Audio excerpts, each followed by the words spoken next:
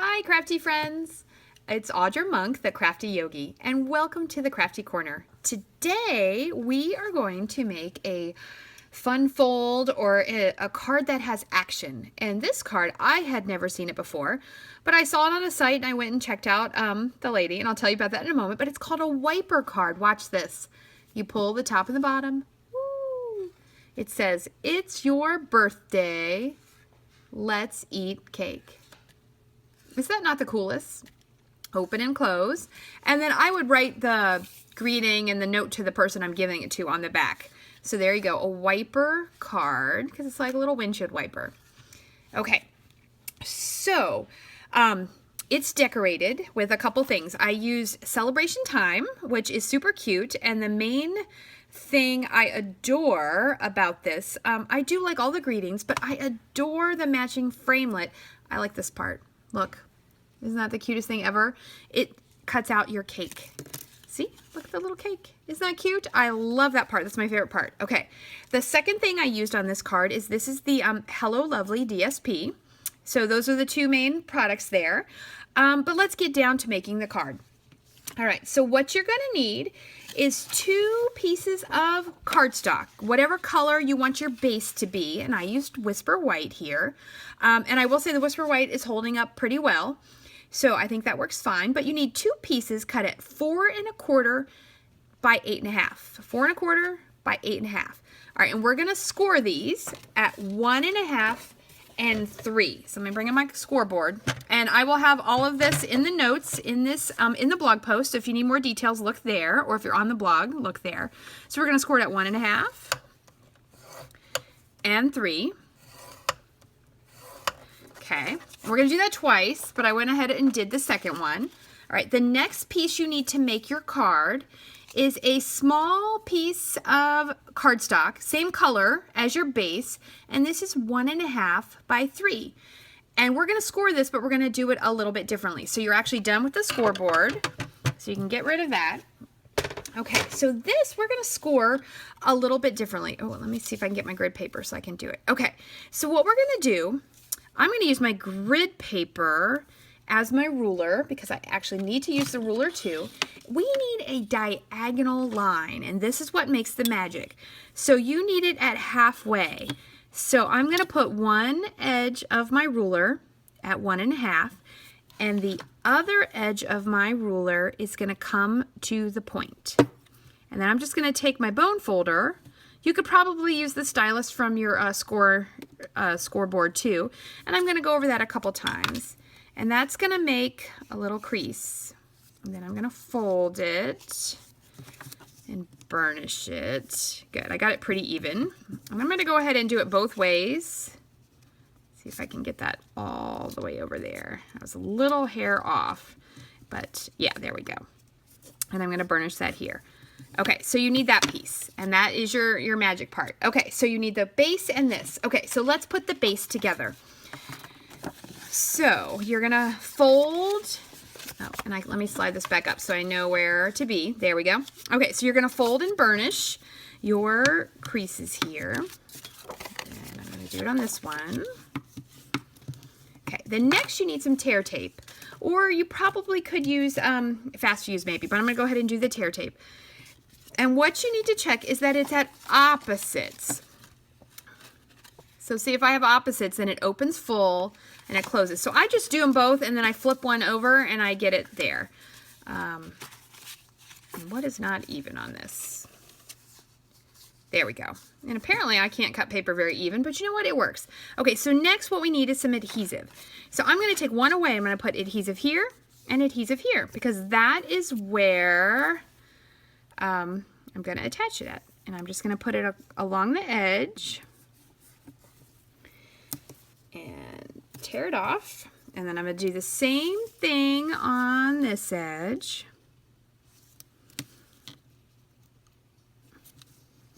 Okay, and then you're done with your tear tape. And then I like to give this a good burnish to get it to stick down well. And then we're going to peel it up, and you can use your fingernail, you can use your piercing tool, or you can use the pointy part of your snips. Yes, there we go. Okay, so you'll do that. All right, so now bring back in your other piece. Remember, it has to be opposite. If this has the boingy part, then the boingy part goes down. And so then I'm going to lay this on here as best I can. Okay. And then this one, and then I'm going to rub and press it down. Probably going to shake the camera a little bit. Okay, and there you go. Look, you made a wiper card. Okay, but where's the wiper, right? So we need that part. So let's get the other one. So what it is, can you see in there? Yeah. So we need to attach the triangle at the bottom to that edge, and the fold part goes in. Okay, so I'm going to attach one that I already put the DSP on. If I can find it, or I may attach the one I have, and then there'll be no DSP. Oh, here it is. Whew. Okay, so this one is already ready. So remember, this is 1.5 times 3. I did a diagonal score at 1.5, and then this little piece of DSP is 1 3/8 by 1 3/8. I wanted to fill the space. You could make it a 1/4 inch smaller if you wanted. Okay, and then I'm going to pick which side seems to be the best. Ooh, but then it would wiper the other way. Okay, I'm going to wiper the same way, just so I don't confuse myself. Okay, so this is the front. So then I'm going to go ahead and just use fast fuse. Let me double check. And this is when you want to double and triple check yourself, because it'd be a bummer to have to waste this paper. Okay, is that the front?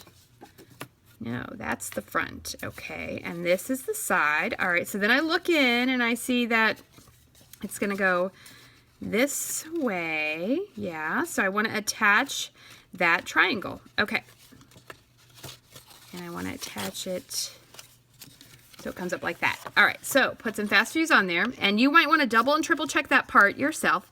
Oh, so I forgot to tell you. So this may be a bad time to talk, but let's see what happens. I saw this on, we have a demo party planning site, and so it's international. Oh, sorry, I took that out of the camera. It's international, and it's super cool. So this video that I saw, this is the first time I ever heard of this card. It's missscrap.com, and I think it's Ode Barbara. She was French, and her video was in French, which actually was super cool. But she gave English or American measurements. Look at that. I've got a wiper card, and it goes in and out. And it'll go better in once we put our element on there. So anyway, that's where I found it. But if you need an English video, you got me. Okay, so next up, we're going to add our card front. So if that's all you need, there you go. Have a great time. Decorate it up any way you want.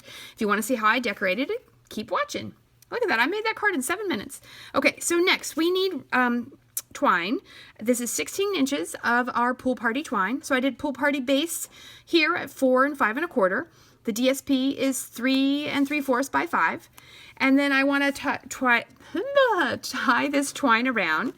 So I'm doing the save a bit of twine or ribbon way, where I don't put the whole thing all the way around. So I'm going to attach it here and here, and then I'm going to pull it. This is the way I do it, and there may be other ways. I'm going to pull it across the front to where I want it, and then I'm going to snip it at the top. Okay, and then I'm going to pull it all the way over here, and I'm going to tie it in a bow. And this, if you're making lots of cards, will save you 3 or 4 inches on each card. And I'm going to tie it in a bow, get it nice and snug, and make it look pretty. Oops, that one should be bigger. Okay, there we go. We have a bow. All right, so now I'm going to go ahead and stick this on my card. And one thing I like to remember is wherever I put ribbon or twine, I want to make sure to cover that with snail or glue or fast fuse. And fast fuse is my favorite. Once you learn it and you get used to it, it will be your favorite too. Okay, I'm going to give a little bit in the middle. All right, so bring your card back in, and then I'm going to carefully, or not so carefully, I tend to make crooked cards quite frequently, but you know what, no one minds. And I'm going to put that on. Okay, next up, oh, let's do this part. Okay, so I pre-did the pop-up one, although on this one I forgot, I attached it with glue dots. So, okay, I'm going too fast. Okay, so you need to stamp 2 cakes, one that says it's your birthday and one that says let's eat cake. stamp them both in white, and we're going to color them with our blends, our Stampin' Blends, and I'll show you that in one moment. And then you need to, when you die cut, it's a lot of die cutting if you're making more than one, you're going to die cut 3 cakes, 2 stamped cakes in white and 1 in silver, and that makes the tray. And then what I did was I just snipped the bottom and the top off if I had it. A couple of the ones on the top row had hardly any top, so that way I didn't waste as much paper. But I colored these with our new Stampin' Blends because I thought they were nice. So let me sit down, and I apologize if my big head gets in there. I like to use the small side on this, and I like to go dark first, but some people like to go light, and I think either way is fine. And so I am just going to color along one side. And I'm only going to do about half, okay? About half, because I want this to stay nice and wet. And then I'm going to take my lighter color, and I'm going to start right there. And I like to kind of circle it into the dark. And you can also do it straight. And I'm going to color that. And then I'm going to fill it in. So you can color right on top of the black. That works out fine. And this is stamped in our Memento ink, which is Tuxedo Black. It's not quite a darker black as the archival black, but you need to use this so it won't smear. And when you go over it again, that makes it darker. So I'm just kind of giving shadow to one side. All right, let me do the bottom of the cake. And I did my cakes matching, and I went with the pool party because I thought it was just pretty to have that on there. And I think I'll give along the base some of this darker. Okay, and then I'm going to finish up with the light. And you do want to put your lids on tightly, and you should store your pins horizontally. And that will keep them from drying out too quickly. Good, and then I'm just filling that all in. So this is the Teeny Mini Blends lesson 2. They're so pretty. They don't leave lines, and they color so nice. Okay, I'm happy with that.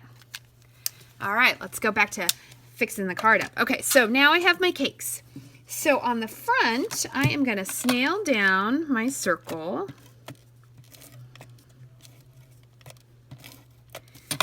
All right, and I want to snail it down close to my bow. So put my circle on there, squish it all down.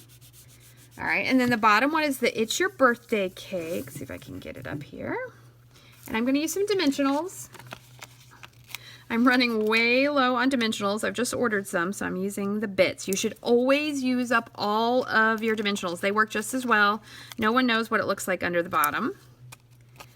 Okay, so I'll put like 3 there. And then I am, for that base, another fun thing you can do with your dimensionals is you can, oh, here's a perfect one.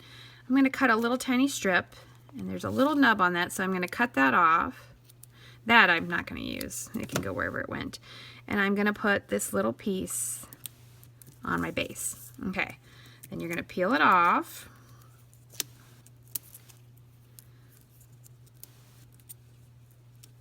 Can I peel that off? Hold on. Okay. So then I'm going to put my cake on here, just wherever it kind of makes me happy with my dimensionals. Good. All right, next up, let's put our cake on there.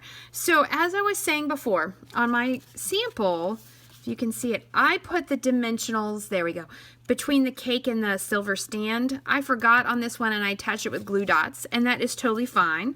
So what I'm going to do is attach it with dimensionals to the pop-up piece. So you're going to look at it and see how much is going to attach. So I'm going to put 2 dimensionals here, and then I'm going to put a glue dot under the stem. Is that called a stem on a cake plate? I am not sure. So I just need dimensionals at the bottom. So I'm going to put that piece.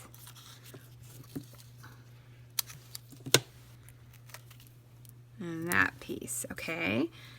Take those off. And then I'm going to get a little glue dot. I like to get them off with my scissors.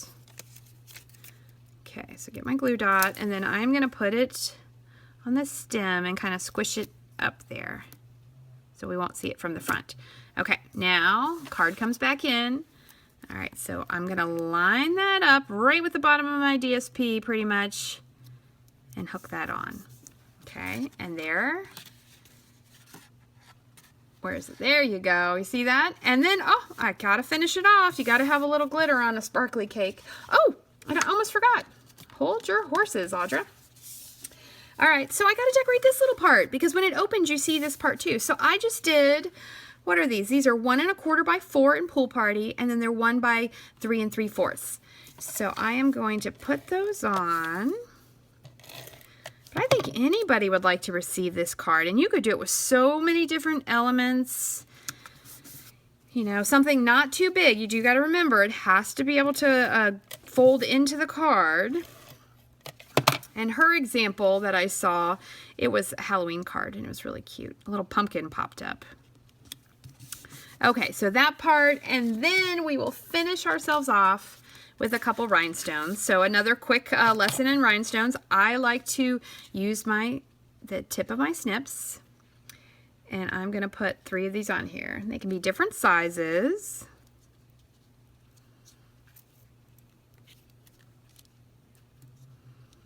And what do you think? There we go. And there we go.